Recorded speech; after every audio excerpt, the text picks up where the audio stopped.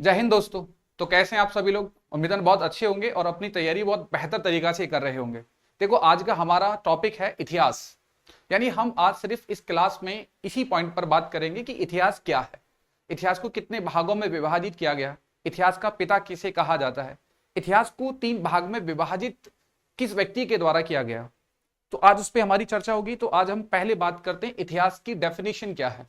आपसे कोई पूछे इतिहास क्या है, तो जब आपसे पूछे इतिहास क्या है तो आप इतना ही कहते होंगे किसी भी व्यक्ति को कि इतिहास एक समय काल की घटनाओं का वर्णन है। किसी समय काल पर कोई भी घटित घटना का जो वर्णन किया जाता है वो इतिहास होता है। जैसे किसी के द्वारा कोई युद्ध किया गया, उस समय काल पर वो युद्ध हुआ, युद्ध की जो घटनाएं रही उसके बारे में आपने जो एक्सप्लेनेशन दिया वो क्या हुआ, इतिहास। तो इतिहास क्या है? समय काल की घटित घटनाओं को इतिहास कहा जाता है। अब इतिहास शब्द किसके द्वारा इजाद किया गया? तो इतिहास शब्द इजाद हुआ यूरोप से, और यूरोप के एक व्यक्ति के द्वारा इतिहास शब्द दिया गया हेरोडोटस। इसलिए इतिहास के पिता किसको कहा जाता है? हेरोडोटस को इतिहास का पिता कहा जाता है। फादर ऑफ हिस्ट्री कहते हैं हेरोडोटस को। उसके बाद इतिहास को 3 भाग में विभाजित किया गया। अब एक होता है प्राचीन यानी एंशियंट, दूसरा मध्य मिडिवल, और तीसरा आधुनिक जिसे हम मॉडर्न कहते हैं। यानी हम अब किसी भी इतिहास को 3 भाग में ही पढ़ते हैं। एक उसका एंशियंट पार्ट होता है, एक मिडिवल पार्ट होता है, और एक मॉडर्न होता है। प्राचीन, मध्य और आधुनिक। देखो, इतिहास को 3 भाग में विभाजित करने का जो कंसेप्ट शुरू हुआ वो जर्मनी से हुआ, और 17वीं शताब्दी में जर्मनी के इतिहासकार के द्वारा इतिहास को 3 भाग में विभाजित किया गया। और वो इतिहासकार कौन था? क्रिस्टोफ सेलिरस। क्रिस्टोफ सेलियस के द्वारा इतिहास को 3 पार्ट में डिवाइडेड किया गया।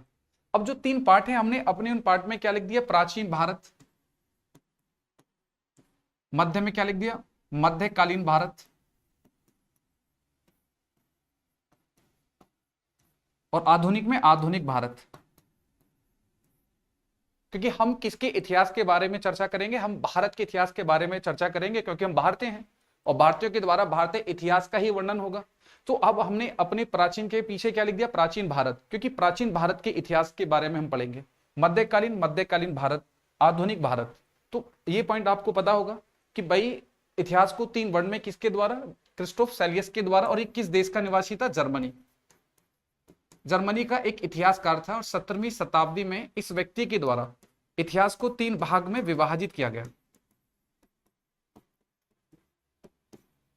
17वीं शताब्दी। अब हम बात करते हैं प्राचीन भारत कहां से प्रारंभ होता है और कहां से कितनी समअवधि के कार्यकाल को हम प्राचीन भारत में रखते हैं। मध्यकालीन भारत की समअवधि से किस समअवधि तक रहता है, और आधुनिक भारत की समअवधि क्या है।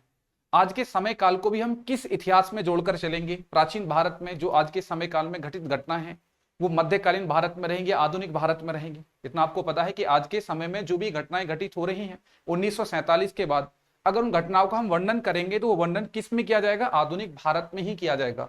मॉडर्न इंडिया में ही उस बात का उल्लेख होगा। ऐसा नहीं कि 1947 से के बाद जब भारत स्वतंत्र हो गया तो इतिहास को खत्म कर दिया गया, बिल्कुल नहीं।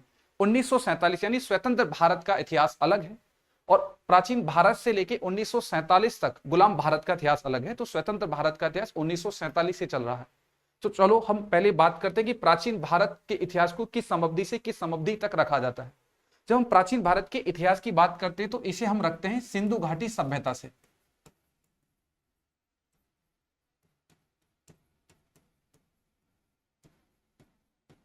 और सिंधु घाटी सभ्यता से कहां तक? अरब आक्रमण।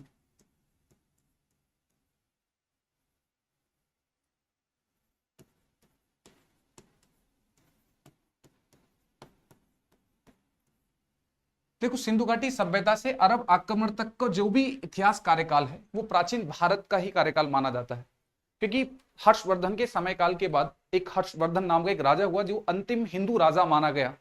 उसके अंत होने के बाद कहते कि उत्तर और मध्य भारत यानी उत्तर और पश्चिम भारत की तरफ अरब आक्रांताओं के द्वारा अपना साम्राज्य स्थापित कर लिया गया, और उसके बाद मध्यकालीन भारत का समयकाल शुरू हुआ। तो सिंधु घाटी सभ्यता से लेकर अरब आक्रमण का इतिहास वर्णन हम किस में रखते हैं? प्राचीन भारत में रखते हैं। सिंधु घाटी सभ्यता जो भारत की सबसे पहली सभ्यता थी और विश्व की एक प्राचीन सभ्यता में इस सभ्यता को रखा जाता है। सिंधु घाटी सभ्यता को मेसोपोटामिया की सभ्यता के समकालीन माना जाता है और यह सभ्यता पूरे विश्व में हमारी संस्कृति और सभ्यता का प्रतीक रही। सिंधु घाटी सभ्यता के बाद हमारे देश के अंदर एक और सभ्यता का जन्म हुआ जो वैदिक सभ्यता थी। वैदिक सभ्यता के समापन के बाद उत्तर भारत और मध्य भारत कुछ जनपदों में विभाजित हुआ। उसके बाद जो भी उस जनपदों का इतिहास कार्यकाल रहा वो प्राचीन भारत के ही समय काल में रहा। तो सिंधु घाटी सभ्यता से अरब आक्रमण तक किसका टाइम पीरियड है? प्राचीन भारत का। अब मध्यकालीन भारत की बात करें तो ये कब तक रहता है? अरब आक्रमण और 1857 की क्रांति।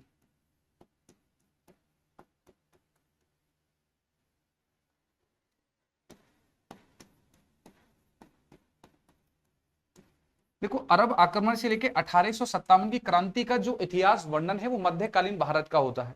देखो, अरबों के द्वारा सिंध पर अपना नियंत्रण किया गया।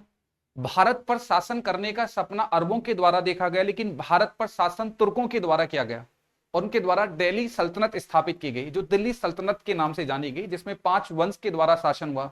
दिल्ली सल्तनत से सत्ता को किसने छीन लिया? मुगलों के द्वारा। और मुगलों ने लगभग 300 साढ़े 300 साल तक शासन किया। मुगलों से सत्ता को ब्रिटिश हुकूमत के द्वारा छीन लिया गया और 1857 की क्रांति के बाद मुगल साम्राज्य का अंत हुआ। तो अरब आक्रमण से 1857 की क्रांति का जो इतिहास वर्णन है वो किस में रखा गया? मध्यकालीन भारत में रखा गया। और 1857 के बाद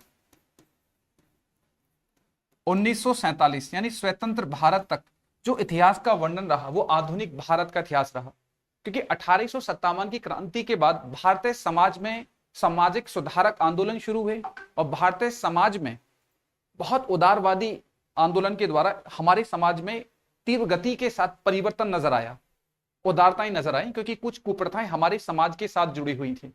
आधुनिकीकरण यानी मशीनीकरण बहुत बड़े स्तर पर हुआ, यानी यातायात के लिए रेलवे जैसे माध्यमों का उपयोग होना शुरू हो गया, टेलीफोन जैसी सेवाएं प्रारंभ हो गई 1857 की क्रांति के बाद, यानी बहुत बड़े स्तर पर मशीनी और औद्योगिकरण हुआ। और इसीलिए इस दौर को किस श्रेणी में रखा गया? आधुनिक भारत। अब जो हम अपनी अगली क्लासों में जो भी बातें करेंगे, जो भी हमारे टॉपिक होंगे, वो कहां से शुरू होंगे? प्राचीन भारत से। यानी हम प्राचीन भारत से लेकर आधुनिक भारत तक आपको कंप्लीट क्लास देंगे और जल्द से जल्द इतिहास को कंप्लीट करने का प्रयास करेंगे।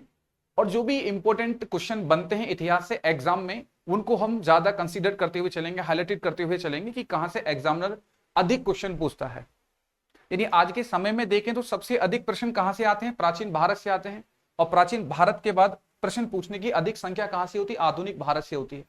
देखो, इतिहास हर एक एग्जाम में बहुत बड़े स्तर पर पूछा जाता है, यानी इतिहास के हर एक एग्जाम में आप कम से कम 5 से 6 क्वेश्चन देखेंगे, क्योंकि 5 से 6 क्वेश्चन कैसे होते हैं कि कुछ तो शासन राजाओं से पूछता है और कुछ हमारी कला एवं संस्कृति से भी क्वेश्चन आते हैं।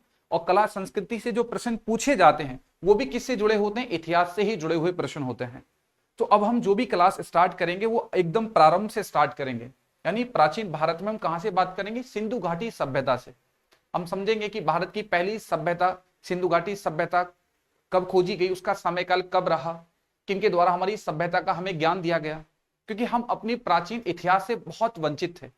हमें प्राचीन इतिहास के बारे में जो पता चला, हमने क्या इस विश्व को योगदान दिया है, वो हमें तब पता चला कि जब आधुनिक भारत में बहुत बड़े स्तर पर सामाजिक सुधारक आंदोलन शुरू हुए, क्योंकि शिक्षित लोगों के द्वारा जब प्राचीन इतिहास को पढ़ा गया और तब उन्होंने पढ़ने के बाद हमारे समाज को इस इतिहास के बारे में बताया कि हमारे पूर्वजों ने कितनी बड़ी उपलब्धियां प्राप्त की थी प्राचीन समय पर। इस पूरे विश्व को धर्म का ज्ञान देने वाला देश भारत था, इस पूरे विश्व को संस्कृति का ज्ञान देने वाला देश भारत था। भारत के द्वारा ही लोगों को शैक्षिक ज्ञान दिया गया, यानी भौतिक विज्ञान, रसायन विज्ञान, जीव विज्ञान, मैथ के अंदर हमने बहुत बड़े स्तर पर योगदान दिया है। वो अलग बात है कि 17वीं और 18वीं शताब्दी के अंदर इन क्षेत्र के अंदर बहुत बड़े स्तर पर जो योगदान आया वो यूरोप का आया, यानी हम उस योगदान से बहुत पीछे पिछड़ गए। लेकिन प्राचीन समय में हमने बहुत अधिक योगदान दिया है इन क्षेत्र के अंदर, विज्ञान के क्षेत्र के अंदर, रसायन विज्ञान के क्षेत्र के अंदर, जीव विज्ञान के क्षेत्र के अंदर, मैथ के अंदर, खगोल शास्त्र के अंदर प्राचीन समय में बहुत विशेष योगदान दिया गया। और हम हमेशा वसुंधैव कुटुंबकम का नारा देते आए, जियो और जीने दो। भारतीय शासकों के द्वारा कभी भी किसी भी विदेशी जमीन पर कोई हमले नहीं किए गए। क्योंकि एक समृद्ध देश होने के बाद सिर्फ हम अपनी सरजमी तक ही सीमित रहे। लेकिन भारत एक समृद्ध राष्ट्र होने के बाद भारत को विदेशी ताकतों के हमलों का सामना करना पड़ा, क्योंकि समृद्ध व्यक्ति के पास हर कोई छीनने के लिए आता है, और जो समृद्ध है वो किसी के पास कुछ भी छीनने के लिए नहीं जाएगा, क्योंकि बाहर खाने वही जाता है जिसके घर में खाना नहीं होता है, और जिसके पास घर में पर्याप्त खाना है वो किसी के यहाँ कुछ नहीं खाएगा। तो जो समृद्ध थे वो किसी को भला क्यों लूटने जाएंगे, लूटना भी उनको ही जाता है जो समृद्ध होते हैं। और भारत की समृद्धि को देखकर विदेशी आक्रांताओं ने भारत की सरजमी पर हमले करने प्रारंभ कर दिए। हम उन्हीं चीजों पर चर्चा करेंगे, क्या कारण रहे कि हम विदेशी ताकतों के सामने पराजित हो गए, किस कारणवश हम पराजित हुए। एक समय ऐसा भी था कि कोई भी विदेशी आक्रांता भारत की सरजमी पर हमला करने के लिए आता था तो सरजमी से वो पराजित होकर लौटता था। फिर कुछ समय के बाद विदेशी आक्रांता भारत की सरजमी पर जीतने शुरू हो गए और उन्होंने अपने साम्राज्य स्थापित करने प्रारंभ कर दिए, और हमारी संस्कृति के साथ, हमारी सभ्यता के साथ उनकी संस्कृति सभ्यता भी जुड़ना शुरू हो गई। तो हम जो अब चर्चा करेंगे वो प्राचीन भारत से करेंगे और सिंधु घाटी सभ्यता से हम क्लास स्टार्ट करेंगे, और एकदम पॉइंट टू पॉइंट और एक सीक्वेंस के साथ प्राचीन भारत से आधुनिक भारत को कंप्लीट करेंगे। तो आज की हमारी क्लास में सिर्फ इतना ही एक छोटे से पॉइंट पर डिस्कशन था। उसके बाद अब हम अपनी जो क्लास स्टार्ट करेंगे वो बिल्कुल बेसिक से होगी, और पूरी हिस्ट्री हम आपको कंप्लीट कराएंगे। हिस्ट्री कंप्लीट करने के बाद हम पॉलिटी कंप्लीट कराएंगे, राज्य व्यवस्था की संपूर्ण क्लास है हम आपको यूट्यूब पे फ्री कॉस्ट देंगे। ठीक है, तब तक के लिए जय हिंद।